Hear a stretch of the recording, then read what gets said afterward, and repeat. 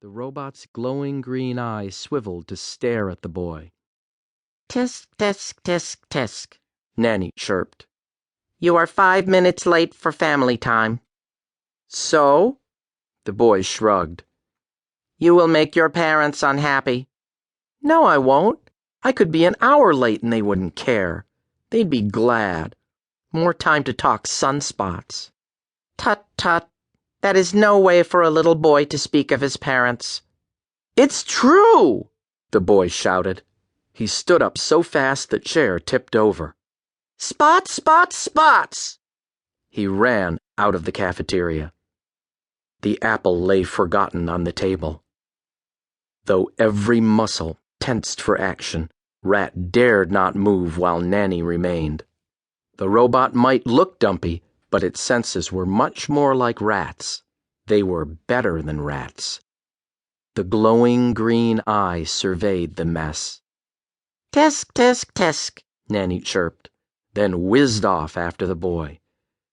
Hurry, or she might not beat the gobbler.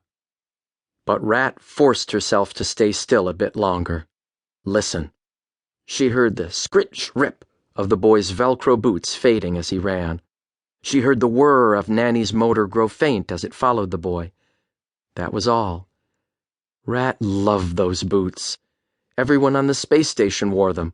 Everyone made noise when they moved. Rat could never be caught by surprise, not, at least, by a human. The vent was hinged on top. 2 plastic clips held the bottom shut. Even though Rat used this vent often, she always put the clips back on. She did not want the fix-it robots to get suspicious. She grasped the first clip with both front paws and braced her back legs against the sidewall. She pushed. The first clip slid off, then the second. Lucky for Rat, no screws. Rat lowered herself onto a pipe on the wall below the vent. The grate slid heavy against her back. She held it open with her hind foot. She flicked her tail out so that it would not get pinched. Just as the grate clacked shut, a door opened in the ceiling above the table and a thick hose dropped down. Chompers and slurpers were on the end of it. Rat made a wild slide to the floor and dashed across. She jumped to the tabletop. Bite. Snap. The gobbler's steely jaw got the other end of the apple core. Rat looked into the black hole of its dark mouth. She pulled and twisted and gulped for air. The apple core broke. With a mushy slurp, part of it was vacuumed up by the gobbler, but Rat got the biggest piece. She ran. The gobbler snuffled and sponged at the sticky places, then set the chair back on its legs. Safe in the air vent, Rat devoured her prize. But it wasn't enough. It was never enough. Rat put the clips back on the bottom of the vent. She stared at the empty, spotlessly clean cafeteria. Not even a breadcrumb in a corner. Itch! Rat licked the scab on her right shoulder.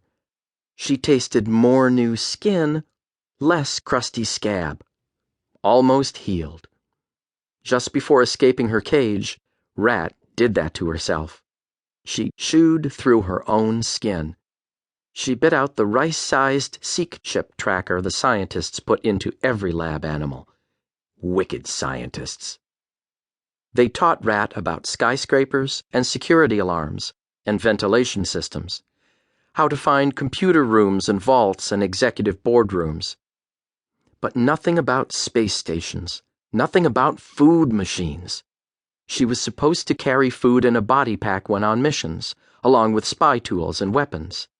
The pea-sized food pellets tasted terrible, but each one was crammed with a whole day's nutritional needs. Rat had planned carefully. She had made sure she could steal a body pack when she escaped. She had torn the communications gear from the body pack. Even without the seek chip in her shoulder, without the radio, one of the terrible wheeled jaws had found her. Lucky for Rat, the sniffer's teeth had sunk into the body pack instead of her. She'd popped the catches, slipped out of the pack, and gotten away. Fleeing the bewildered robot, she had turned the wrong way. Rat looked through the grate at the sealed metal face.